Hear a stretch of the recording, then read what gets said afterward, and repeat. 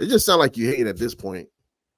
But how does it sound like I'm hating? It's the truth. Like, it's this. That's how Tony Khan treats the women's division. But now It's just been going. This has been going on for the past couple of years, and like, how many times we have to constantly have this conversation? Nah, this is different. We're gonna get into it. Give me a second. Hold on. We're gonna get into it.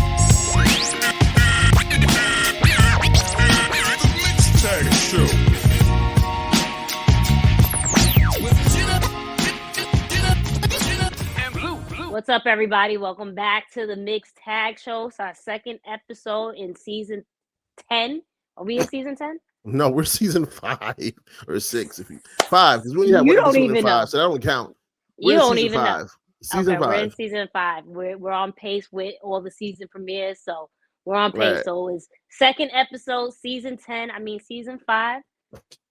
I'm of course Miss Jenna Baby, aka not aka BA. I'm still trying to remember how to do this. BAYBEE, and he is Blue Magic Ground.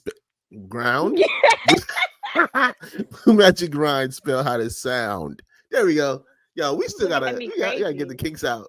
Right. Blow the dust off. I mean, right. But yeah, we're back with another episode. I think, you know what, we may have to record.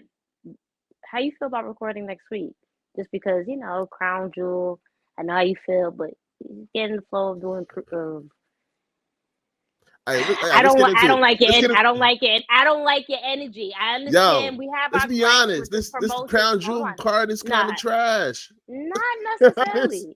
Not for nothing. Let's get into it. Let's start off with that. So okay. Boom. You know, they announced John Cena versus Solo Sikoa. I think that you don't think you're not interested in that. See what? No, first of all, for what? Why are you such a? But you're interested in probably Sting in his little retirement match. That's different. There's a story behind that. How is it different? Is you saying farewell to somebody's career? Like, I'm always down for that. Yo, if this was Sting in WWE, you would not be saying this. Because they treated him like trash. So what? That's the book they gave him. And what? Like, Sting is just like Sting segments. It does absolutely nothing. Him and Darby, it was cute. It was cute.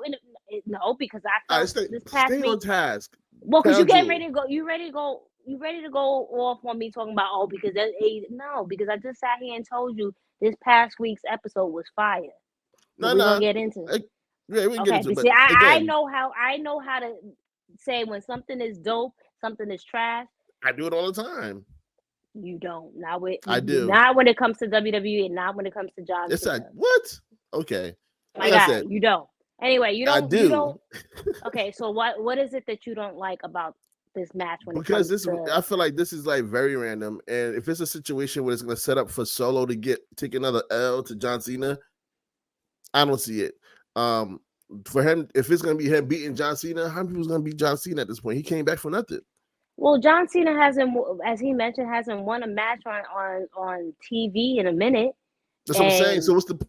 So that's the thing. If he beats Sikoa, it doesn't help Solo. If Solo beats him, it doesn't help Solo because he's been losing anyway. Okay, but as we mentioned in our previous episode, we mentioned that the Bloodline storyline has run its course.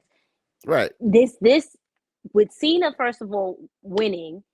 It just shows that the bloodline, I can't think of the word, but basically that everything is falling apart. Yeah, deteriorating, is spiraling out of control. All these different things we can say, it's falling apart. So they can't really be anyone that's still dominant in this bloodline story. I don't know how long it's supposed to go on for, but if it's a situation where, all right, prime example, this past Friday, Jimmy got his ass beat. I didn't get the chance to watch their match, so I don't know if Jimmy or LA Knight won. But in the beginning of the show, when they did the contract signing, LA Knight beat his ass. Right? There was a time where the bloodline was beating everybody's ass. No one was really getting the best of them, and now it's literally showing that they're not as strong as they once was. Even Roman was backstage, was on some like, yo, if he's like, it's over if this man gets referring to LA Knight, if he gets the best of us. So you see the cracks in their domination. No, I get the Jimmy spiraling aspect of it. because they basically making him like, and I feel like that's why they separated him and Jay. Because Jay's prospering and Jimmy's is spiraling out of control, right? Like, he can't even get back into the bloodline properly. I get that part. Right. That's a nice little touch to the bloodline storyline has been. Still, again, I would rather see Solo, because Solo's their enforcer, and he's been protected pretty well. I would have liked them to have a little bit more meaningful match than John Cena. That's just me. I mean, if you're Solo and you get the chance to face John Cena, you may not feel this way, and I may not necessarily feel this way of him being the greatest of all time, but he damn sure is one of the greatest of all time. If you have a chance, okay, you don't have to interrupt me. I already said that. I was agreeing. All right, okay, well then you cutting me off. We trying to pace and get through this. Nah, but if you have the chance to face John Cena, I don't know. I think that's a good match. John Cena, he hasn't annoyed me in his return, and it seems like he hasn't annoyed pretty much a lot of people, because now we don't have those conflicting chants, right? It's Cena sucks. It's all been like all love for John Cena, and it's just you appreciate it. What is it? You appreciate what you had when it's gone. Now you appreciate it. That's essentially how everybody is with John Cena. And listen, not for nothing, Cena's been showing up more than Roman, and Roman's supposed to be the one that's that. That's okay. I give Cena. Right, he's the one that's supposed to be the active wrestler or superstar. So I'm interested in this match. But sidebar, this whole greatest of all time thing. What is up with this? Like, why are they pushing this so hard all of a sudden? I don't know. It's annoying. You said that annoys me. Like, he is not the greatest of all time. But just it's also say that he's the greatest of all time. I know, but it's all subjective, right? And and if you think if you know how in this industry or in sports in general, right? Like, accolades has to back up stuff. So if you're someone that has all these different titles, it's the same thing what they do with Charlotte, right? Charlotte has the most women titles, right? And they dub her the greatest of all time, and this, that, when we know that's not the case. Nah, that's not the case. Not by a long shot. Right. So it does. So the accolades. Okay, so and I gotta give it to Cena. He's showing up. All that smack he's talking about The Rock. He's doing his Hollywood thing. But that's because they on strike. He already said once the strike is over, he going. Sure, but The Rock only showed up once. Cena's still there, right? And I get The Rock is like 50. Like, you can't do this no more. Cena's up there in age. He's not 40. He's definitely in his 40s, but he's damn sure not 40. I'm saying in 40s, like he's in the 40s. Like, you can't compare the two. But again, back to the card. Yeah. Cody Rhodes versus Damian Priest. I know how you feel about Damian Priest, but I've read his story. I back off a little bit now. I read his story. We're good. Yeah. I'm over that night. Beef is over? Yeah, the beef is over. The one-sided beef. The one-sided beef is over. Okay, good. Nah, like, I love what the Judgment Day is doing. I don't see the only issue I have with the Judgment Day is the fact that Dominic has the NXT American title, just because, again, I feel there's no reason why main roster superstars should be carrying titles. But other than that, Rhea's great. Finn again, I would love Finn to have an actual championship, and I mean like a heavyweight championship. Right. He deserves it, but needless to say, they're doing a great job. Yeah. It's been a minute since we had a great faction in WWE. I can't think of it. Yeah. Okay. Never mind. Outside of the bloodline, this is recent, right? But outside of those two factions, I mean, again, our listeners can let us know about recent factions. I guess what was the Bobby Lashley and the Hurt Business? They were the cool. Hurt Business. I'm about to say the Hurt Business. So they've been doing their thing. Okay, I take that back. They've been doing their thing in regards to factions, and this is no exception. The Judgment Day has been doing it. I'm intrigued with their storyline and who they're dealing with. And right. Yeah, I don't have a problem with this match. The Cody Rhodes and Damian Priest, it makes sense. He's been, they've been fucking him up for a while. So he gotta get back with somebody. Something. They messed up his leg on Monday. Yeah. On Monday, he made that miraculous comeback though. My man ran down that with one shoe on. One shoe on. But then this is the problem. Go ahead. Rey Mysterio versus Logan Paul for the U.S. title.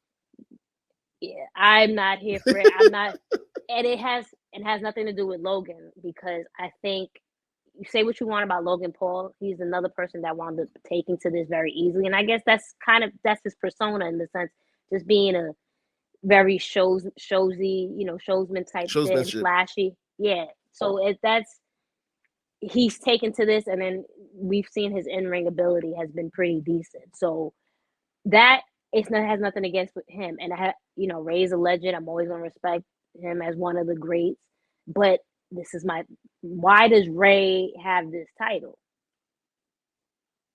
And I don't. Dominic. It could have been Dominic. Instead of Dominic having the NXT American title, it could have been Dominic. So I haven't been on board with Ray having this title. Yeah, again, he deserves all his accolades. He's one of the greats. I'm not disrespecting Rey Mysterio in any type of way. He has one of the greatest matches ever between him and Eddie Guerrero at Halloween Havoc. Absolute legend. But I just don't see the point as why he won the title when someone like LA Knight should have won the title. Or right? Dominic. Or Dominic, his son, and go from there. So I with that said, with this match, even though I'm not necessarily interested in it, I hope Logan Paul wins it. Nah, and again, I had this discussion a few times. Again, I agree. Rey Mysterio should not be the champion right now. Also, this Logan Paul challenging him came out of nowhere. Right. And then he's aligning with Dominic because he hates his dad. Like, you know what I mean? I was watching Raw, and Logan Paul had a pretty good promo. He's pretty good on the mic. Did. I ain't gonna hold him. He did. I'm not gonna hold you. I was like, oh, this man kind of nice. But this has always been my issue is when people that's not of the cloth or went through the I'm not trying to make it seem like I'm gatekeeping. But at the same time, it's like, well, kind of. No, but I am because the influencers are coming in. I get they bring eyes to the product and this and that to the third. But this is like Logan Paul's like what, second or third title like in the span of a year, and there's people that's on the roster for mad long that didn't even get one shot yet. Like this is what I'm saying. Like when you have influencers coming in and taking from people that's actually putting their bodies on the line, week after week. You know what I'm saying? Like I get he brings the eyes and give him some merch. Let him get a cut of the merch or something like that. But don't like on screen. It's wild to me. Like you put him on the same par as Rey Mysterio, Roman Reigns. Like, so what are you saying about your athletes, about your superstars? Yeah. So with this match, it's just like, why are we doing this? like he finished fighting a boxing match like a week or two ago, and then just challenged Rey Mysterio. Like what? That has nothing to do with one or the other. Wait. I mean, no, but if you sat here and be like, yo, Logan Paul just did this and now he's about to wrestle, that's good for him. Yeah. Sure, but it's good for him. But if anybody is a Logan Paul fan, they'll be like, what? Yo. So I get the influencer part, and I know you get that, but I agree. It's just he just skipped like mad folks. Like, listen, Ricochet and Shinsuke have been killing it. Not the match this past Monday, but last week. That match was crazy. Did you watch that? Which one, Ricochet versus Nakamura? That match was crazy. Yet. I was trying to get to it. I couldn't find it. I'm gonna get it. But that match was crazy, and then like I've always been a fan of Ricochet's in-ring ability, but not necessarily like just his character work. So what they're doing, and then with his fiance, and then Logan Paul was trying to like mess with her or whatever. So then Ricochet came out and was like, did that was dope. His manly thing. So these are people that, well, listen, if Logan Paul wins, boom, I just got it. Book this. Logan Paul wins the United States Championship. He can go. Him and Ricochet can do what they got to do for the title. Because they literally, but then, so that could be a thing. Because the way they it can be. It's great, but it's like, so why did Ray carry all this stuff for nothing? I guess, I mean, maybe again, I wasn't a fan of that, but with the whole how hot LWO was like this past summer, I feel like past summer that wound up being the case. But I think if you were going to do that, and they were hot, they could have did Escobar, huh? Right, Escobar. I thought this was all leading to him versus Escobar, and it never like grew into that. They did. I mean, they had the fatal 4-way or whatever the case might be, and he was the one. I'm sorry if you hear in the background. I live in New York, so if you hear that, but yeah, they did that, the Fatal 4-Way, and he wound up winning. I think it was him again. Our listeners can correct us, but it was a match. It was him, Escobar, LA Knight, and I want to say, I don't know. I'm not going to even butcher it. Maybe, yeah, it could have been Theory, because then that's who Mysterio took the title off of. Yeah, but then if we butcher this, sorry. Yeah, please apologize. We're getting back into the flow of things. So, but even then, it's like Escobar. I feel like everybody been waiting for the Escobar turn, right? Yeah. I feel like LWO would be a whole lot better as a. Well, I guess there's too many heel factions now, and they need a face faction for the moment. True, but yeah, I think you're right. I think because they've worked better as heels, even including Zelina Vega as a heel. So it could be. Is Carlito part of LWO or not? I'm confused. Yeah. Well, he looked like he is. He's wearing the LWO shirt, so I don't know why he's wearing the Mexican one, because Boricua, but I mean, is he Mexican or is he Puerto Rican? Puerto Rican. So why is he wearing the Mexican one? I just said that. I'm agreeing with you. So why is he wearing, like, what's happening here? All right, let's go back to this card. And then again, now, LA Knight versus Roman Reigns for, what are they calling this now? The Undisputed WWE Universal Championship. Doesn't that kind of negates what Seth is carrying? I don't know what it's called. Well, no, because it's called the WWE. It's the World Heavyweight Championship. Steph has the World Heavyweight Championship. Right.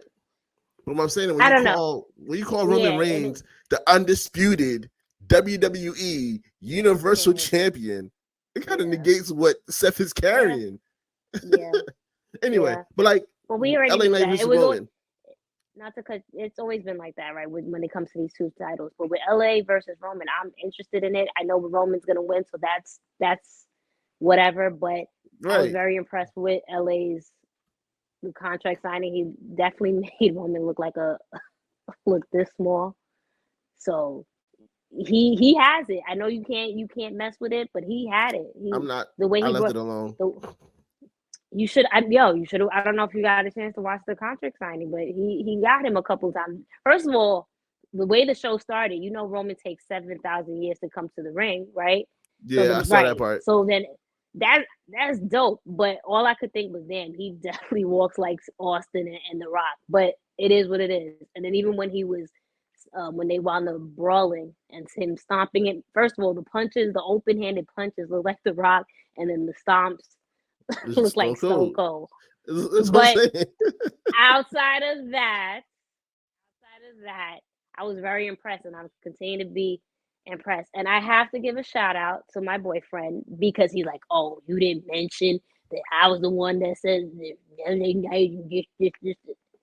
giving him a shout out. He was 1,000% correct in regards to this resurgence of LA Knight, because I was watching the contract signing again, and I was just very impressed how he controlled the crowd, how he made Roman look stupid. Even at one point when he was saying something, and then he was about, like, it was time for his catchphrase. He told the audience, "Not yet," and they didn't do anything. That's what else could you want from a superstar that can control the crowd like that? Not everything is necessary. I know you like in ring, but we keep mentioning that. But sometimes you have to have the casual. I appreciate the mic work. I just don't like when the mic work takes 45 minutes of a show. That's true. That's true. But you know what's crazy? While I was watching this, I was watching, was it SmackDown or Raw? I think it was Raw, and Maxine Dupree comes out. I'm like, are they ever gonna acknowledge that his sister is there, and like she just pops up to him in the backstage one day, like, "Go get him, bro." Either they'll ignore it or find a way to make it fun. Which Triple H has a good. What's the word I'm looking for? He's really good at just intertwining like stuff that we probably forgot about or don't know about, and bringing it back. And bringing it back. So I'm sure that'll be something there. In there. But what else is in the card? So then I'm going to go into this women's heavyweight championship match with Rhea defending against Nia Jax, Raquel, Shayna Baszler, and Zoe Stark. Raquel. Raquel. I'm sorry, Raquel. You know who I'm talking about. Okay. And Zoe Stark. I saw the interaction between them on Raw, and it was funny because it was just like, yo, Nia Jax told you exactly what was happening, and y'all still went and did it. Like, yeah. So what's the point of her telling you guys? Like, she trying to make us go against each other, and y'all went against each other while she's sitting there laughing. Yeah. So I have no faith that Rhea's gonna lose. I mean, Rhea shouldn't lose at this point because again, we talk about this constantly, even prior to this our season premiere. You have to build up characters. You can't for it to make sense that okay, this person's gonna win. At this point, it doesn't make sense for Shayna to beat her. It doesn't make sense for Nia to beat her. It doesn't make sense. Damn sure it doesn't make sense for Zoe to beat her. You have to build characters up. When I was watching not this past week, but the week before, and I was like, I thought about you because I know you've been on this Shayna Baszler, ride for a minute, and I was like, you know what? They're both two women that are blends the line when it with like this whole androgynous type vibe, right? When it comes to masculine and feminine, right? So, and then the way their energy matched up, I'm like, I can see that being something. Yeah, they give it a chance. And I'm not the biggest Shayna Baszler fan, but I'm all about, okay, you have a roster, build up your characters. There's no reason why Shayna was dominating in NXT and then she's come to the main roster and still hasn't really had her moment to really do what she has to do. Right, tag team. I mean, she had that moment, whatever, when she first came in, it was essentially crickets, right? When she beat everybody. What was it, an elimination chamber? Yeah, she she demolished everybody, and then it was crickets because it was like what? It did nothing else. Yeah, it was like what the hell is that? So, yeah, she hasn't really had the time to like. All right, she's an ass kicker. It's always been tag teamed, and then they even tried the whole thing with Ronda Rousey. Speaking of Ronda Rousey, she just show up as some random indie show. Hey, maybe she need to get the proper work and be, shout out to her. Anyway, she said she was done with wrestling. I'm confused. Maybe just over WWE shit, right? But which is crazy because the way WWE rode her coattail, right? It'd be crazy if that was your mindset. But anyway, so it's not believable that anybody's gonna beat Rhea. You have to build up people, and at this point I don't see anyone. And it looks like Jade is about to be in NXT or maybe she's like following Becky. I don't know, but it doesn't seem like anyone is going to take the title from Rhea anytime soon. And I like Rhea as the champion, but she needs competitors. She needs competition. She needs adversary. Yeah, a couple of them, not because you can't just for the end of the year we have one person and then that's it. Right. You have to keep building people. But we'll talk about that too. I got a great example of that.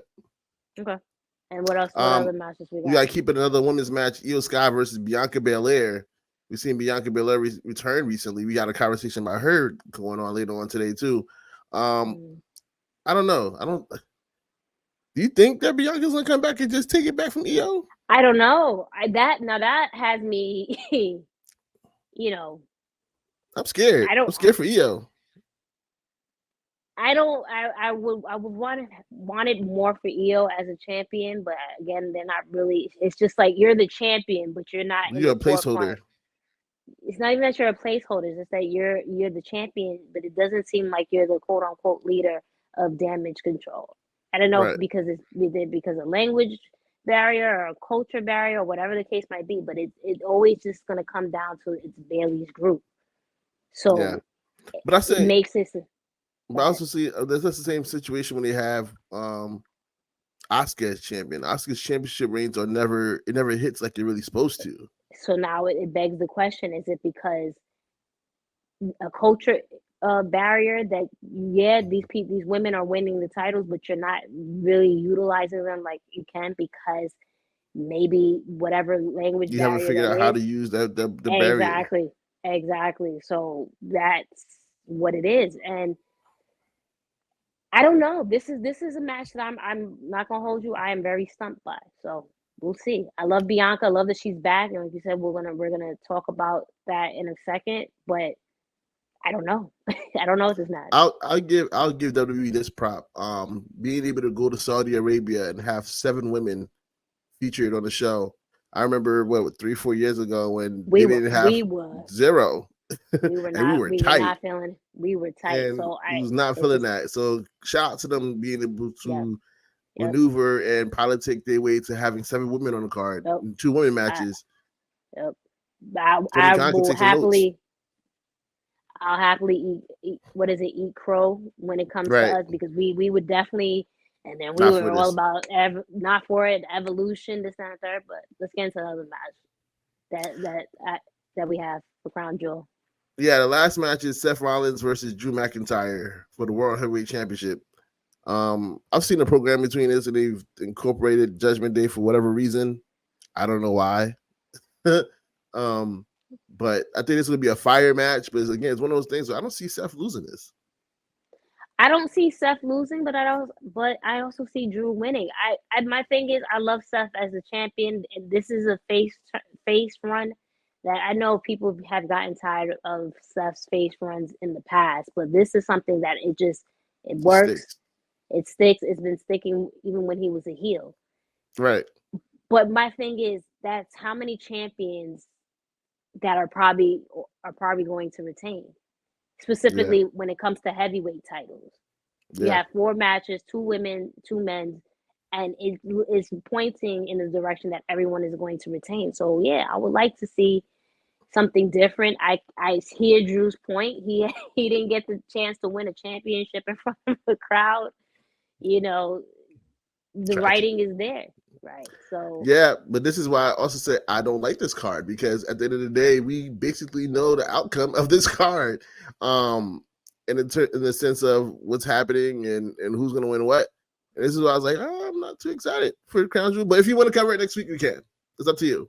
But content, we're rolling out content. We're trying to get the people, I got it. I get rolled into the podcast again. So we're just trying to give y'all content. That's all. So let's get into this. Let's get into this Bianca Belair topic that you got. What you have on your mind? You say you wanted to speak your piece on Bianca Belair. Listen, I don't have a card. If I had a card, I'm still very much a crew card holder. This is pretend it says Mercedes crew or something like that. Yeah. I am still very much a crew member, but when she returned, not this past week, the week prior, and then first of all, the crowd popped, and of course, and then the way they ended the show, I sat there and I was like, this is giving me Sasha vibes, and I'm saying Sasha because Sasha was in WWE. Yeah, I was just like, you have to admit the way they ended it, it just. I don't know. It was very much giving Sasha vibes, and it just goes to the point. Now, Mercedes, Sasha, she's always going to be that girl, right? And I'm sure if she was to return, it'll shake things up in the women's division because it's sorely missed, right? But it just goes to show us as, let's say, regular workers, right? If you were to leave your job or unfortunately got fired, you can be replaced. You can be replaced. Except for me, because when I left Staples back in my younger days, I left that location closed. All right, so I can't be replaced. Closed too. You can't be replaced. They can't replace the mixed. Nah, but again, I'm not saying anything because you and us both have been on this Sasha Banks Mercedes, ride for the longest, and it's always going to be that way. But in the time being, WWE has found their it girl. So I don't know if I ever said this on air, and I've said this to you. I said this to friends I talk about wrestling. You just gonna keep Bianca's picture like that? Yeah, wow. You don't want to see it no more? I mean, we're talking no. No, I get it. Just I want to see me. Oh, brother. Anyway. So I don't know if I ever said Bianca Belair. I don't know if I ever said this online, like it's my show, out and open, right? So here's the thing with the Bianca Belair and Mercedes situation. I feel like when it came to Mercedes Moné, right, when she was Sasha Banks in WWE, it was always these things around her, and that's because she grew up watching wrestling. She knew what she expected of the division. This is what she was fighting for, right? Yes. So a lot of times she ruffled feathers. Sometimes she went against the grain. She went against the machine, try to get the best for the women. And this is no shade to Bianca Belair when I say this. She came up in the system, right? We've talked about how in NXT, how she wasn't ready, and they played to it in the story, and she built herself up to what she is now. Yep. At the end of the day, Bianca Belair is the product of the machine, so she's never going to go against the grain. So she became what they wanted Mercedes to be, but she could never be. And Bianca became that, so they're giving her the world. Because the thing about it, the booking for Mercedes was terrible at times. And then we had questionable moments with Bianca in terms of what happened with Becky the moment came back. But if that would have happened with Mercedes, let's keep it 100. She would not have been quiet and she would not have been happy about it. And we would have known. When that happened with Bianca, we didn't hear nothing about it. And then a year later, she got it back. She's a product of WWE, and she's happy where she's at. Mercedes always wanted more. And this is what the difference between the two. Yeah, but the thing is, and I hear what you're saying, and I don't disagree one bit. When Mercedes got to NXT, her story was she was happy to be there, right? And so it wasn't a situation. Yes, she was always passionate. We know that, but it was not a thing when she first came there that she had to ruffle feathers to get. She was playing the game. She was playing the game. So it was at the end of the day, Mercedes opened doors for a lot of women of color in WWE. That's how I'll put it. Not necessarily because she ruffled feathers, because she came into the game, and when I say the game, more so WWE, willing to do everything. And the thing is, she's always been willing to do what was called of her. The thing is, people had this notion like, oh, you tell her to do this or that, and she wasn't going to do it. No, after a while, it's just she respected herself and knew her worth. Exactly. That, all right, my mental is more important. This is not what women's wrestling should be. Right. And look, now because of someone like her that was able to push the envelope, now people like Bianca Belair, Jade Cargill can reap the benefits. But with all that said, you can be replaced. Now that doesn't mean if and when Mercedes decides to come back, she's not going to, take that shit and do what she does because she's that girl. Right. She's the Beyonce of women's wrestling. But you can be replaced.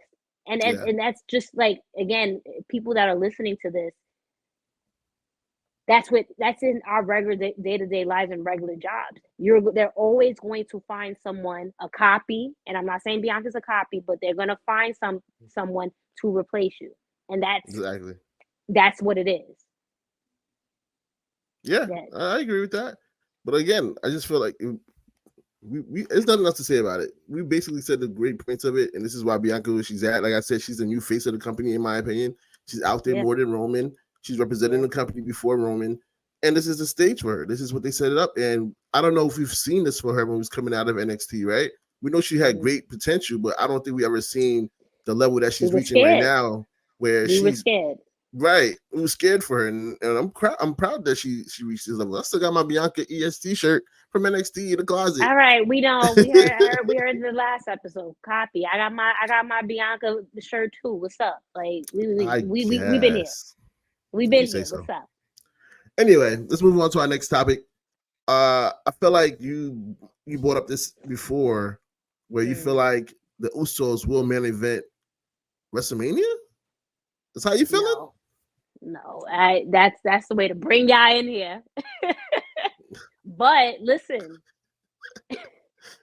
not to bring y'all in here. yeah, we gotta bring y'all in here. Say some outlandish shit sometimes. We'll be like, what?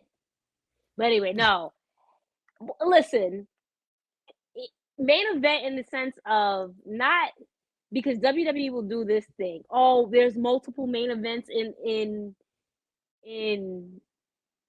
Co-main night one, event. night two, I right? don't know who Right. I don't know who created this Like, co-main event situation. yeah. There's no Like co-main event. Whoever right. The ends the last night is the main event. that's it. The last match is the main event. Like, stop trying to play people. And they got But boxers doing it too. Like boxing is calling it the co-main events, and like, UFC's calling it no, no, it's you're not one. the main event. There's one, and then don't try to make people feel better about this. No, there's one main event. With that said, I think this could be a potential match that is very, very intriguing. And I say this because when we saw last week, a lot of things happened 2 weeks ago than this past week. But Right. with Jimmy interfering in Jay and Cody's match, it writes itself. It literally writes itself. Now, in regards to acting and skills, it can be a little cheesy sometimes, but the emotion. That yeet is going too far. I mean, it is what it is. That's right? not yeet. The kids. The ski yee. No, it's not ski. It's two different things, my guy. Now you bring in that. What's that? That girl rapper, Sexy Red. I think her name is. That's a ski. I don't. That's what they've been doing. That's what they've been doing now. Ski because he did ski. Roman like I don't like it. I thought they've been doing ski now. I thought it was yeet. No, there's always been yeet. Cody even said to him, "Say it," and he said yeet. Oh, Jimmy trying to do it because Jay saying yeet. Yeah, they said ski yeet, and Roman was like, "I don't like it." That's what I'm saying. But I don't like overdoing it now. They overdoing it now. But outside of that, the story writes itself. I feel we've been invested in this bloodline storyline, and like let's keep it 100.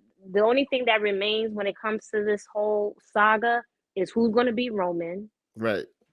And Jimmy and Jay gotta fight it out because now you interfered in my match one, but you hated because now I got the tag team championship with someone else. Right. The Usos been in the tag team for 400 years. Classic matches, right, and what have you. I can understand from Jimmy's perspective, like, man, you doing this without me? This is supposed to be our thing. You're not gonna continue to go on and hold this title without me and prosper, which is exactly what you said earlier, is what Jay is doing more so than Jimmy prospering. Right. So, and then Jay got to get his lick back, which he did. It writes itself. And again, we've mentioned this in the previous episode. This is what they wanted in regards to facing each other at WrestleMania. But how are they going to drag this to WrestleMania, though? Because if you still on October, we still got November, December, January, February, March. That's like another 5 months of programming that you have to somehow figure out. And now that he's not the tag team champion anymore, how are they going to like coincide and come across each other? Well, we got Survivor Series coming up, right? That's 1. 2. Oh, they do Brand versus Brando. It seems like it because when Jimmy came and attacked Jay on Raw, then when Jay came and attacked Jimmy, what's his name? Nick. Aldis was like, "Now y'all gotta go." He said that to him and what's dude's name? Adam Pearce. It was like, "Now you gotta go. We gotta escort you out." So that told me that. And then Adam also said, "Well, let the games begin." So that's a clear segue that that's potentially going to be the case. And I know Triple H is very much for brand versus brand. So that could be a thing. Yeah, that could be a thing. And then the fact that they both are on different brands. Now it gives us space in the sense, and you're not overdoing it. So maybe that's a situation where they can play it out. But I saw that, I was like, nah, we gotta handle this. Like, as my brother, you just sat here and ruined my opportunity. Nah, I gotta kick your ass. type thing. So I see it as being a co-main event. Co-main eventing or main event in night one? Do you think, are you one of those people that feel that the main event should be a title match, or can it be well, this past WrestleMania, right? It was the tag team championship match, right? Was for night one. Because the storyline was bigger than the title. Sure. Yeah. I mean, listen, if they made it a situation where this match was that hot, then yes, I can see it main eventing night one. Night two, obviously, whoever Roman faces, but I can for sure see that being the case. Now, I would like to see women main event and get a really hot women's storyline, but yeah, I mean, I don't know what they're doing with the women. Yeah, right. Yeah, but there's no. I don't see any directions for that right now. And also, you have a situation again now. We have 2 heavyweight titles, right? Like, so whoever was Roman going to carry this to WrestleMania, probably so. Who's going to face? Is it going to be him versus Cody again, the main event? Do we have to do this main event twice? If that's the case, put them on night one, and because they missed their boat, and let the real hot true storyline close out night 2, man or woman. Right. That's how it should be. I feel. That's how it should be. Let's get off WWE real quick because we've been on here for a minute. Let's talk about how MJF. I know you can't stand that. Oh my gosh, this is the most WWE talk I've had in like I don't know how long. But it's engaging. This is why we're doing it every other week, because sometimes it can be a little too much. Go ahead. Let it bubble up. But let's get into this MJF breaking Kenny Omega's streak. Now I don't know if people have been following along of being the elite. MJF been teasing Kenny for a while about him about to break his record. So when the situation happened this past Wednesday, when he approached him, it was like 3 days, motherfucker. He's been saying this to Kenny the entire time. Sure, he definitely didn't say motherfucker. He said bitch, but that. But that's what MJF been saying to Kenny on being elite. Yeah, along the way to breaking his record. Not only on, I haven't, I don't watch Being the Elite, but he said that to him the previous week when he said, he said 13 days, bitch. Yeah, so it's been a thing. Like he'll act nice to his face and bring him in close, so Young Bucks never hear it. So it's been a good bit, and it was dope seeing him bring that to the TV side. And I don't know, we could talk about this a little bit. Eventually, we're gonna talk about this, but I know we've been talking about how the numbers been down in terms, especially for Collision. That match helped the numbers go up because you got to put the proper matches on screen, and those two had a great match. Well, I guess we can like kind of put everything together. Not only that you need the matches to coexist, so to bring people in, but the fact that you had this not ridiculous sale, but you had the sale of tickets. So I mean, if I can get something, buy 2 and get 1 free, whatever the sale was, I'm gonna definitely like we definitely out. We definitely gonna. I'm sorry. I think that was for the show. Yeah, it was for the show. What's his name? Mentioned that the ticket sales for this show for Collision was for that. You talking about like Paul White? Sale.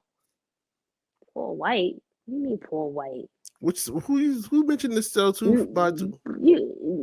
You know the name that we don't mention around here, but he, Nah, I thought that was for when I saw the video of it first. All right, well, that's not necessarily important, but going back to what you said, it's like, you have to have the interest there. And this is, I told you earlier, I'm like, yo, this is fire. I've been telling you this for years, and it might be blasphemous. I've never been the biggest Kenny Omega fan. Yeah, look at that. That's crazy. Yeah, you ain't never seen WWE like that. I mean, yes, you have. What are you talking about? I'm lying. That's why I said I'm lying. Look at you. Calm down, fanboy. No, it's not about being a fanboy. That was a wild statement. No, it's not a wild statement. It is. But it looks crazy in a smaller venue. All right. Like that's crazy. Especially when you decide a big signing like Adam Copeland, that's crazy. All right, but here's the thing. Like I told you before, the 2-for-1 sale, everybody done it. We've seen WWE do to sell tickets, right? When it comes to I'm not disputing that. Huh?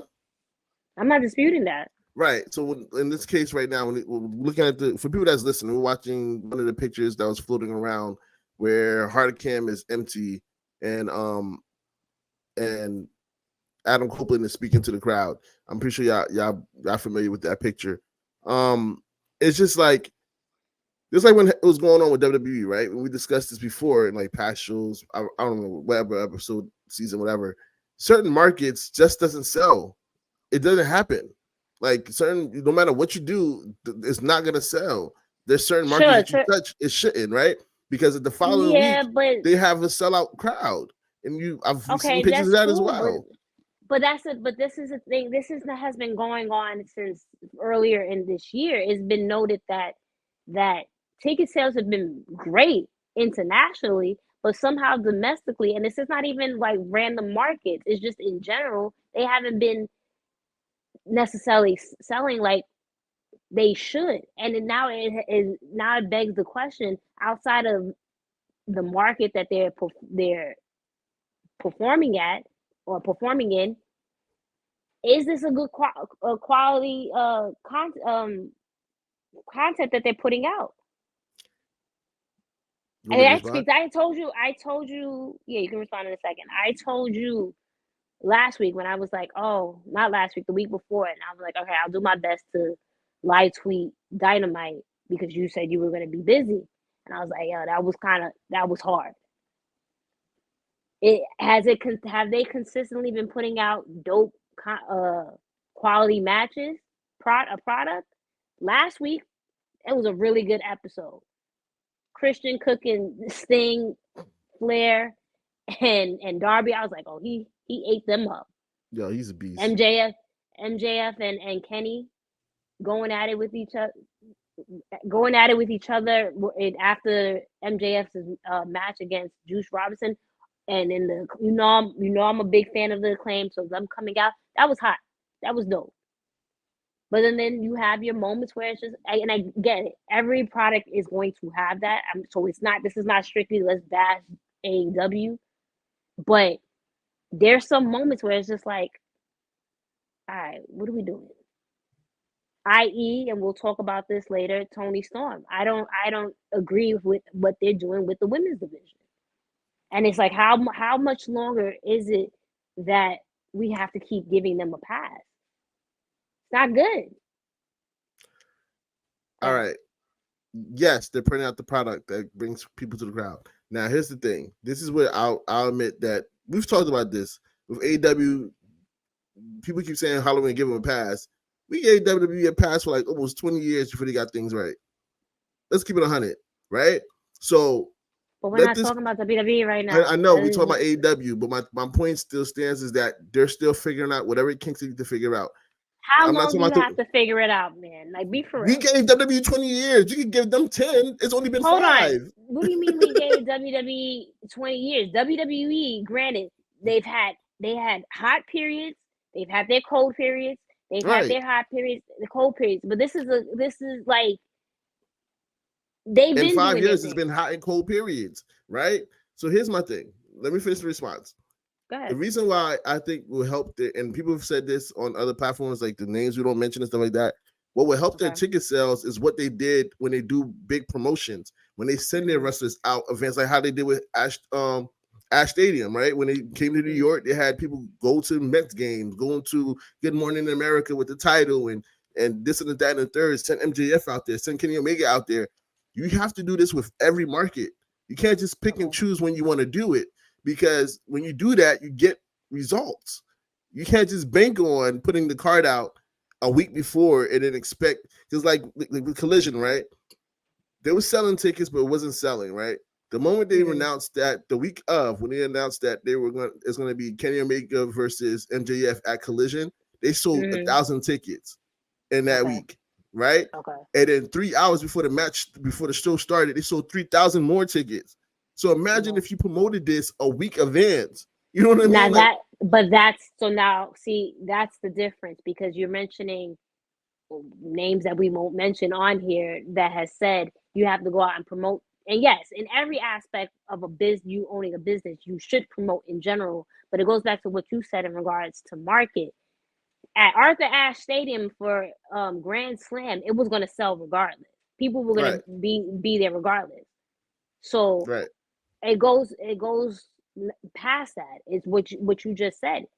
MJF versus Kenny Omega break and the idea of breaking his record. Right. Is he gonna do it? Is he not gonna do it? That's like, oh yo, I want to see that. And everyone loves MJF. And this like tweener face thing, I didn't know how he was gonna pull it off, but he's doing very well. I love it. I love it. And you know the hint of it is? The hint of it is him trying to find a friend, and he can't find a friend since Adam Cole has left. So he's like when Samoa Joe walked into him, like, Samoa Joe like, I'll be a friend. He's like, all right, great. Like, great. Like, you don't gotta tell me if you twice, give me a title shot, so now he's got to think about like, dang, do I really want this friendship? I mean, my guy over here, Max, Platinum Max, is like, he wants to be his friend. You making him uncomfortable though. All he gotta do is scissor him, and he's good. You're making him mad uncomfortable. But see, this is the point I was making with we were talking about earlier about how the women's match, right, for Crown Jewels, all 5 of them, and we already know what's gonna happen. With MJF, he has 3 or 4 people coming at him at the same time, and they have played to it perfectly. Like, you have multiple, you don't know how it's gonna end. Right. Everything that is going with that. That's why I said I can sit here and give my little props to AEW, because that's fire. The way that they're doing this with MJF, and it feels organic. It doesn't feel played out. I don't want to come. Now, listen, I love Roman, and I don't want, Roman fans coming at me, but you see how he's hijacked this title for 400 years. It's ran its course. With MJF, what's the title, not the title, the match with the diamond ring, what's it called? Oh, hold on, give me 1 second. Right, continue. I'm gonna tell you when you get it, but it just doesn't seem like it ran its course. Him holding the title, it hasn't seemed like it's ran its course. Him holding the ROH title, it doesn't seem like it's running its course. It just seems fresh, and then they're giving us different things. So yeah, with that said, the Dynamite Diamond Ring champion. That's what it basically is. Yeah. Okay. It just seems fresh with MJF, and it's this 5th time winning it. That's what you need to do. That's what you need to do in regards to keep people interested. Like, don't sit here and give Collision or Rampage these tail end matches, right? Like, or these matches don't nobody care about. Like, give us a card, and let's have more women on the card. I think that's a good segue to what we're talking about. No, definitely they need to put women more on Dynamite and on Collision. Well, Collision is, how long is Collision again? Is it like 2 hours or 1 hour? I can't remember off the top of my head because I'll be watching it without the commercials. Right, but definitely on Dynamite they need to give women more time. But they did pretty well with Rampage this past week. It was just multiple segments with women, and I was like watching it. And I'm like, all right, they did this. Why can't you do this consistently? Like it's not even why can't you do this consistently? At this point, Rampage is not on the same level as Dynamite. Like, we can slice it and dice it no matter what. You decided to put all the women matches on your F show. It's not the F show. Not even, that's too far. Come on. It's not the F show. Come on. Like people watch because, let's be honest with you, Rampage does pretty well. They also had the Santino versus Ortiz match on there. They've had dope matches on there. They have, even though it was one women's match, but they had multiple women's segments. That's my point. Those could be carried over to Dynamite. But that's my point. The main show, the flagship show, is Dynamite. Rampage is not viewed like Raw and SmackDown. Say what you want, how one show might be better because than the other. They don't have the same. It's the same time. It doesn't have the proper time slot. They don't have the proper timing for it. It's not even the proper time slot. You literally, Rampage is literally promoted as an afterthought. And again, I'm saying this. I think this is a perfect segue into the conversation where you essentially just called me a hater in regards to Toni Storm. Toni Storm's gimmick is dope. The whole timeless thing, the Marilyn Monroe thing, but it's like, why would you? There was only 4 women on Dynamite this past week. Renee, because she was doing interviews. Toni, because she did her promo and then came out during Sheeta and Ruby Soho's match. That's it. That was it. So my thing is, yes, I get it with the that it's supposed to be a silent promo, because it's giving a nod to that Hollywood era back in the day. Well, why is it a split screen during that? I'm telling you. Okay. The See? everyday Still Hollywood trying to tell split. you too. Shut up. Anyway, and it, like I said this with when watching Halloween Havoc night 1. Now let me tell you something, and I know you have a segment you want to bring up. They had mad women matches. I think there was only one men's match, and that was a tag team. They had like 5 or 6 women matches that night, and they were dope. But when you do the split screen, what happens? All right, unless you're watching it live, I fast forward it. That's just I think human nature. Don't nobody want to sit and watch 2 screens. Generally speaking, I'm not saying people don't do that, but generally speaking, you're going to fast forward through it unless you're watching it live. Why is Toni's promo competing with commercials? As it is, it's already silent. So wouldn't you want them to focus on that? Even if you played it up into, since she's like being kind of deranged in this whole gimmick, like, all right, we're doing this, and then we maybe cut to an actual segment. Cool, but you got her competing against commercials. I find that wild disrespectful. Now, the reason why I say, I'm not saying that they don't do it with men, but when you have -1 women segments, why are you doing that then? So again, the reason why I said you're hating is because yes, they did. It's not. I don't think they did it because it's a women's segment. I feel like I didn't say that. You're taking words. You're putting words in my mouth. What I'm saying is, I understand you saying why do it with Toni Storm when there's not enough women's segments already, but at the same time, it makes sense for her promo to be done that way. If you're not even listening to it, you got to read it. So if for the people like me, like when I usually watch the split screens, I pay attention to the wrestling part. And when Sammy Guevara used to do it, they used to do split screens with Sammy Guevara and his little subtitles on the card. I used to sit there and read the cards because it's a part of the show. To me, it helps us tune out the commercial if you don't want to watch the commercial, right? It's something just. But if you don't want to watch a commercial, you can fast forward. No, but you're thinking on the side of recording. If you're watching, this is like you said, for people that are watching it live, right? Okay. You have something else to pay attention to. It's not like because it's live, it's a commercial, I'm gonna flip the channel or whatever the case may be. If there's something going on that's interesting on that other side, I'm gonna sit there and read it. If it's an interesting match, I'm still gonna watch the small screen. I'm not gonna lie to you. Say I'm a fan of split screens. They both do it, and it's very annoying. We've talked about it.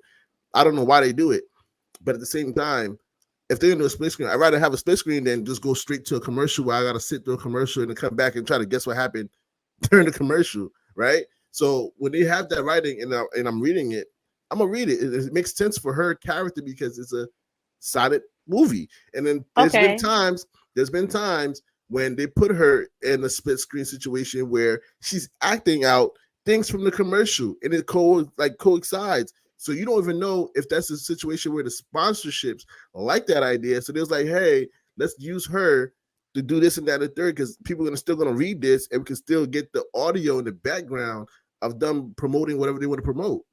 So a better idea wouldn't be you don't do the split screen during her segment, and then they pan out to the crowd, and the crowd is like since it's silent, like looking like what the hell is going on, kind of like what they did when she came out, and Sheeta was like, "What is this?" I thought that was, first of all, her face was mad funny in my opinion when she was looking at Toni like she was bugging. Right. Wouldn't that because now not only is the audience fully engaged with what's going on, but those like we that's at home can fully have our attention on that. Again, I'm not saying because it's just it's women he's doing that. I didn't say that. I didn't say that at all. But it's crazy that we have to sit here and constantly have this conversation about one women's segment and then the other one has to compete with commercials. I get it, it's cute, her acting out the commercial, that's playing cool, ha ha ha. But I feel like that's justified. And I'm not saying you in particular because I know you're a women's wrestling advocate. But it's the constant thing with Tony Khan. How many times we listen to the media scrums and we got to sit here, not we, but people in the media that attend the shows ask him these questions and he beats around the bush and doesn't give an actual 100%. 100%. You feel me? So that's my issue. It's not necessarily hating on the product itself, because I told you this past week in particular was fire. But that's corny.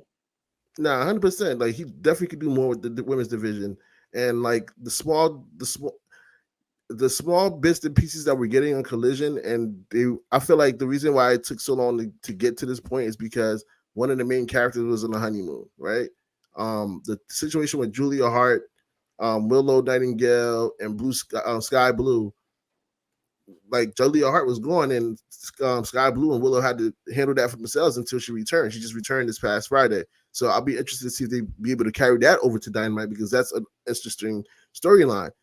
And to your point, I was just saying, AEW has a lot of good components going on right now between the Christian Cage stuff with Edge and Darby Allin, and we're going to get to Sting stuff, right?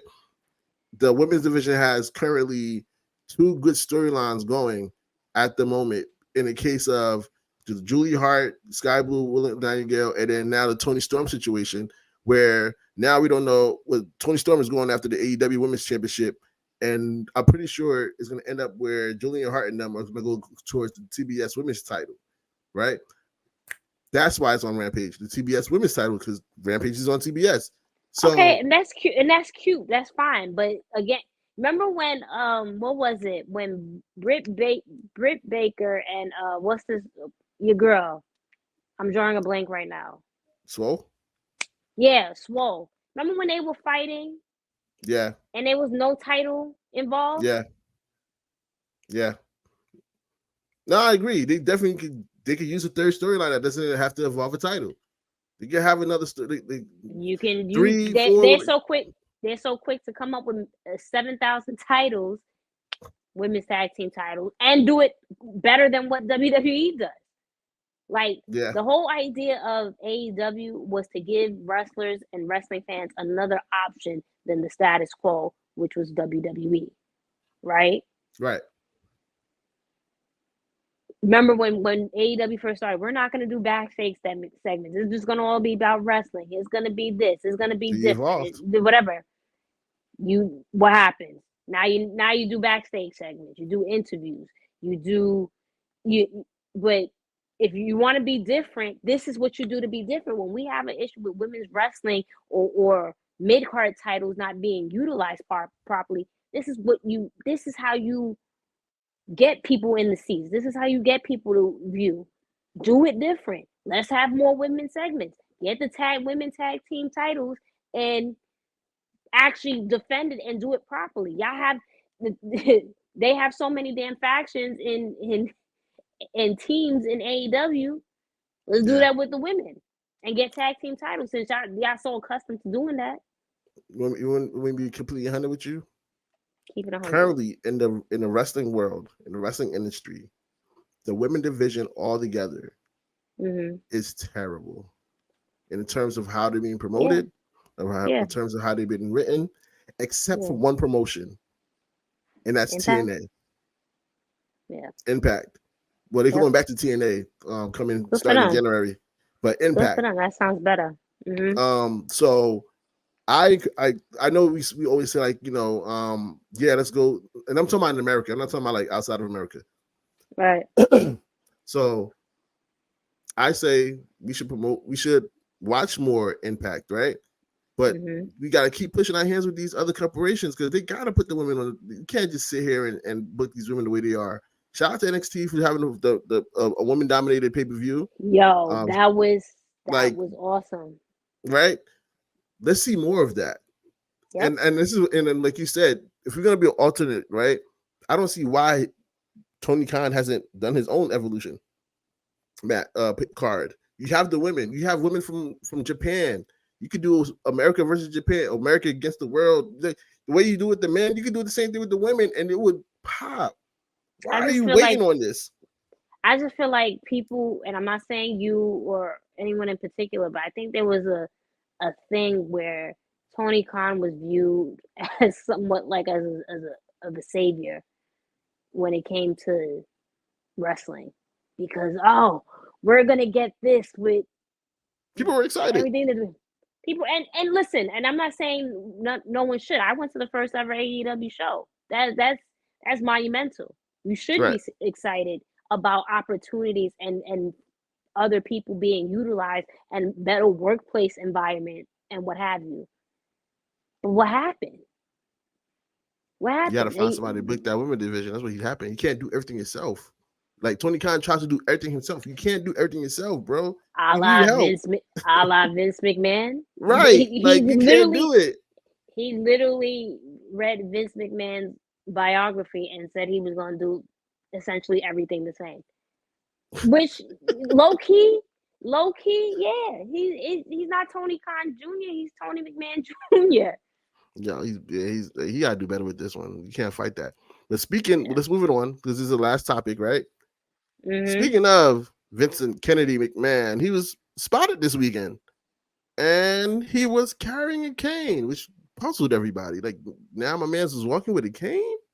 I don't know if it was a pimp cane or he just needed it to walk, but it was an interesting thing. He was there with Undertaker for the fight with the Fury match.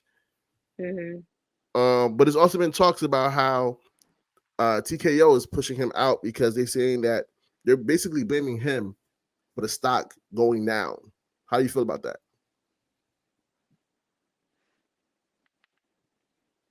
They finally knocked down the devil. Listen, no, I'm not saying, and this has nothing to do with his health. So I'm saying this right now. I don't wish anything on anybody. It honestly doesn't look like he's struggling. It might have been just just like an image thing. I could be wrong. I don't know. But yeah, I didn't see video of how he was walking. You said you have to, or you saw a video? No, I'm saying I have to see video to see how he was walking. Yeah, I can't, because this is a man that like lift weights every day and in crazy shape. I can't believe that. I feel like he's at his peak when it comes to like health wise, like he's doing his thing in that sense. But when it comes to this, it's just like finally, because this man has been so corrupt for 8,000 years, and the treatment of workers, family members, women, family members, people of color, it's been so much when it comes to Vince McMahon, and nothing has been done. And not even that nothing has been done, but people still cheer this man for all the BS that he's done. And it's just like, yo, finally. So the fact that they were able to kick him out of creative, like they pull the okey doke on him, right? That's, and like with ease too. Not like you know what I mean. It wasn't a struggle. It was a big corporation.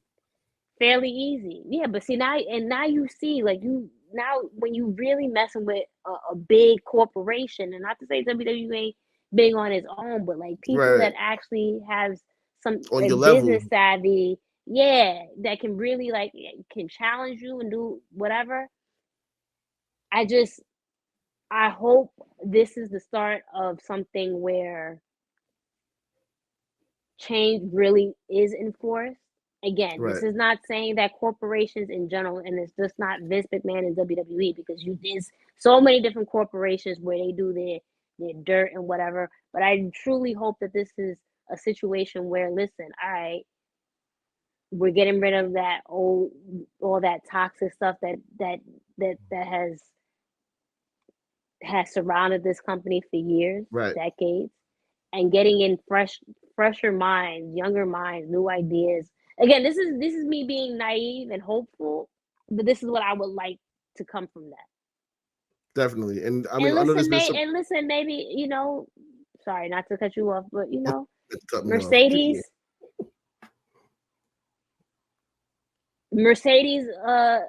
formerly known as Sasha Banks, come back. I'm still holding out hope for that. I know we still had AEW. Let her live her life a little bit. I want to see her happy first. I think she is happy. I think she's happy. Let her continue to be happy for now. Give her like another year. Because there's a lot of matches that she still wanted that she has to complete. Which I'm saying, I'm not saying it has to be next year, but I think eventually, it's a given that she has to come back, right? You have never say never. Never say never. You have to run it back with certain people and hopefully right whatever wrongs that Vince McMahon. I still have my crew card. We gotta come up with a crew card. That'd be dope on a shirt. Crew card. Seriously. Talking about shirts, right? Yeah. But you gotta right her wrong that this mother effer done did over the past few years. So yeah, she has to run it back eventually. But yeah, listen, there's so many dream matches. Go ahead. Yeah. So the word on the street is that when they did do the sell for WWE, that there was some not some correct numbers. So yeah, there's gonna be some change maybe in the near future where they're gonna have to do some more cuts to make back what they lost on the stocks. And we talk about this all the time with wrestling and how they inflate numbers for attendance and stuff like that. Corporations do that with their merchant numbers and stocks and stuff like that, and they got caught out on it. And it's one of the reasons why Vince is getting pushed out, because the numbers that he's presented was not proper, and they were not happy about it. And they said it in an interview this week or last week? I sent you the article. It's wild. So it's gonna be very interesting to see how things move forward. I wish the best for everybody. Hopefully there's not too much of a cut and to pick up some of this revenue, but it's interesting to see what's going to happen when it comes to this. Bring Stephanie back. People enjoy Stephanie, right? Yeah, bring Steph back. Give her a position where she belongs. So she got cut out from the devil. Yeah, I mean, oh boy. But yeah, just to wrap it up in a nice little bow. Hopefully not too many people are affected by it, and then some real change happens with WWE, and it trickles down to the product, because at the end of the day, who's this for? For fans. Support the wrestlers, not the companies. There you go. I think that's a great way to end the show. All right. If you haven't already, follow us at the Mixed Tag Show on Instagram, Twitter, Twitch, TikTok. We on all that. Was underscore on TikTok. Don't forget to put the underscore at the end with the Mixed Tag Show. You also can follow us on our personal at Miss Jenna Baby, BAYBEE. Okay, I did it right. Yes. You can follow me at Blue Magic Grind, spelled how it sounds. That was a tongue twister. And he did it this past week, so I'm gonna do it today. And on that note, I bid you adieu, goodbye, mwah, and good night. Bang. Tag Show.